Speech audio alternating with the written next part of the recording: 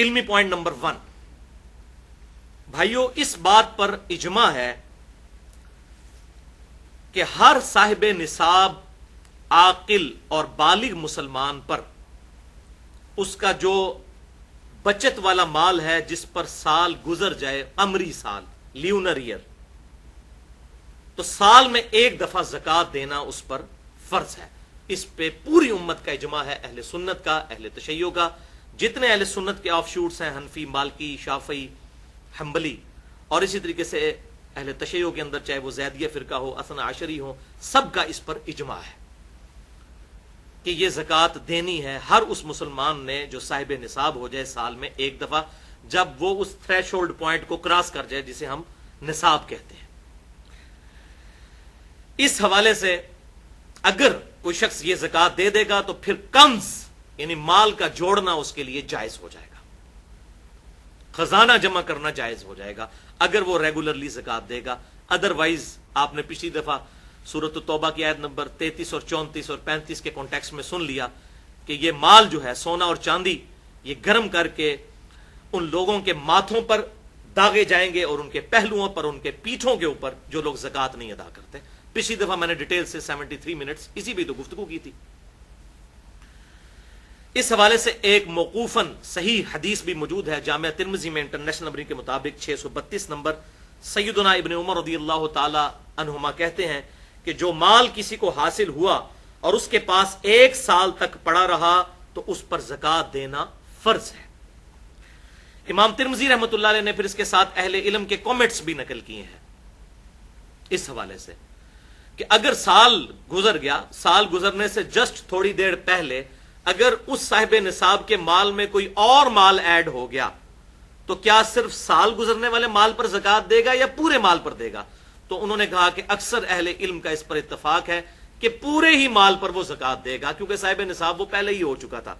اگر وہ 12 مہینے چاند کے اعتبار سے، قمری اعتبار سے پورا ہونے سے پہلے اگر 10ویں مہینے اسے اور رقم مل گئی تو اس کے اندر ایڈ ہو گئی تو پوری کی وہ زکوٰۃ نکالے گا۔ اب رہا یہ مسئلہ کہ رمضان مبارک میں زکوٰۃ دینی چاہیے یا رمضان کے علاوہ بھی دے سکتے ہیں، تو اس میں رمضان کی کوئی قید نہیں، رمضان کے علاوہ بھی آپ زکوٰۃ دے سکتے ہیں، جب بھی آپ کا لیونر ایئر پورا ہوگا آپ اس کے مطابق زکوٰۃ دیں گے۔ لیکن یہ بات صحیح ہے کہ صحیح بخاری اور مسلم کی متفقن علیہ حدیث ہے، بخاری میں 1904، مسلم میں 2707، کہ امام کائنات صلی اللہ علیہ وسلم نے فرمایا کہ رمضان المبارک میں اللہ تعالی اعمال کے ثواب کو 10 سے لے کر 700 گنا تک بڑھا دیتا ہے۔ چونکہ رمضان میں ثواب اعمال کا بڑھ جاتا ہے 700 گنا تک، اور اللہ چاہے تو کسی کے لیے اس سے بھی زیادہ بڑھا دے، لہٰذا بہتر یہی ہے کہ رمضان مبارک میں زکوٰۃ نکالی جائے، چوپڑیاں نالے 2 ٹھیک ہے۔ جیسا کہ عمرے کے بارے میں صحیح بخاری اور مسلم میں حدیث موجود ہے متفقن علیہ کہ آپ صلی اللہ علیہ وسلم نے فرمایا جس نے رمضان مبارک میں عمرہ کیا گویا اس نے حج کیا، اور مسلم کے ایک طرق میں آتا ہے اور ابو داؤد کے ایک طرق میں کہ گویا اس نے میرے ساتھ حج کیا جس نے رمضان مبارک کا عمرہ کیا۔ تو اسی طریقے سے پریفریبل یہی ہے، اور ویسے بھی حساب رکھنا آسان ہو جائے گا قمری سالوں کا، کیونکہ ہم تو جو ہے وہ شمسی سالوں کے اعتبار سے چل رہے ہوتے ہیں، تو لیونر ایئر کے مطابق ہم نہیں چل رہے ہوتے، ہم سولر ایئر کے مطابق چلتے ہیں۔ تو اگر یہ لیونر ایئر کا حساب رکھنا ہے تو رمضان میں ثواب بھی زیادہ اور حساب رکھنا بھی آسان ہو جائے گا انشاءاللہ تعالی۔ اچھا بھائیو، اس بات پر بھی اجماع ہے کہ کوئی شخص اپنی زکوٰۃ پیشگی بھی نکال سکتا ہے، یعنی اگلے سال کی پہلے ہی نکال لے، اپنے پاس حساب کتاب نوٹ کر لے۔ اسی طریقے سے وہ ڈیلے کر کے بھی نکال سکتا ہے، اور اسی طریقے سے پر منتھ ڈیوائڈ کر کے بھی نکال سکتا ہے۔ اگر سال بعد اس کی سپوز 40,000 بن رہی ہے تو 12 مہینوں پر ڈیوائڈ کر کے ایک تنخواہ دار آدمی تھوڑے تھوڑے پیسے نکال کے اپنی زکوٰۃ دیتا رہتا ہے، تو یہ بھی جائز ہے، اس پر اجماع موجود ہے۔ اور امام ترمذی رحمۃ اللہ علیہ ایک حدیث بھی لے کر آئے انٹرنیشنل نمبر کے مطابق 679 نمبر، اور ابو داؤد میں 1624، اور امام ترمذی نے اس کے ساتھ اہل علم کے کامنٹس بھی نقل کیے ہیں کہ زکوٰۃ پیشگی بھی عطا کی جا سکتی ہے، اس میں اللہ تعالیٰ نے آسانی دی ہے۔ علمی پوائنٹ نمبر 2، اجماع کی روشنی میں اور صحیح الاسناد احادیث کی روشنی میں کن کن چیزوں پر زکوٰۃ واجب ہے، ان کا نصاب کیا ہے اور کتنی زکوٰۃ نکالنی ہے، یہ تینوں چیزیں، یہ انشاءاللہ اب ہم اس علمی پوائنٹ نمبر 2 میں سننے کی سعادت حاصل کریں گے۔ اس میں احادیث کے حوالے دے دیتا ہوں جلدی سے. صحیح بخاری میں انٹرنیشنل نمبر کے مطابق 1454 نمبر حدیث. یہ ڈیٹیلڈ حدیث ہے تقریباً 2 صفحوں پر, اور تقریباً زکوٰۃ کے 80% مسائل اس صحیح بخاری کی حدیث سے ثابت ہوتے ہیں. یہ بیسیکلی سیدنا ابو بکر الصدیق رضی اللہ تعالیٰ عنہ کا خط ہے جو انہوں نے حضرت انس ابن مالک کو لکھا تھا جب انہیں بحرین کا گورنر بنا کر بھیجا. تو یہ خط لکھا انہوں نے اور کہا کہ اللہ کے محبوب صلی اللہ علیہ وسلم کو اللہ تعالیٰ نے زکوٰۃ کا یہ نصاب بتایا ہے, اور یہ زکوٰۃ مسلمانوں سے لینی ہے, غریبوں سے لے کر امیروں سے لے کر غریبوں میں تقسیم کرنی ہے. وہ بڑا ڈیٹیل خط ہے, 1454 صحیح بخاری کے اندر 80% مسائل زکوٰۃ کے اس حدیث سے ثابت ہوتے ہیں. دوسری حدیث ہے 1459 صحیح بخاری میں ہی, صحیح بخاری میں 1483 اور 1499. اسی طریقے سے صحیح مسلم میں 2263, 2265, 2268, اور اس کے علاوہ بھی جامعہ ترمذی میں, سنن ابی داؤد میں, سنن نسائی, سنن ابن ماجہ, الموطا امام مالک, مسند امام احمد اور بھی احادیث کی کتابوں میں ڈیٹیل کے ساتھ الحمدللہ زکوٰۃ کے احکام و مسائل موجود ہیں. ان کی روشنی میں اور اجماع امت کی روشنی میں کل 10 چیزیں ہیں جن پر زکوٰۃ نکالنا واجب ہے. 10 چیزیں. اب میں یہ 10 کی 10 چیزیں بیان کروں گا تیزی سے, اور ان چیزوں کے نام بتاؤں گا. نمبر 1, نمبر 2 ان کا نصاب, وہ تھریش ہولڈ پوائنٹ کیا ہے جو کراس ہو تو اس کے بعد زکوٰۃ شروع ہوتی ہے, اور نمبر 3 یہ بھی بتاؤں گا کہ کتنی کتنی زکوٰۃ نکالنی ہے ان چیزوں پہ. نمبر 1, سونا, گولڈ.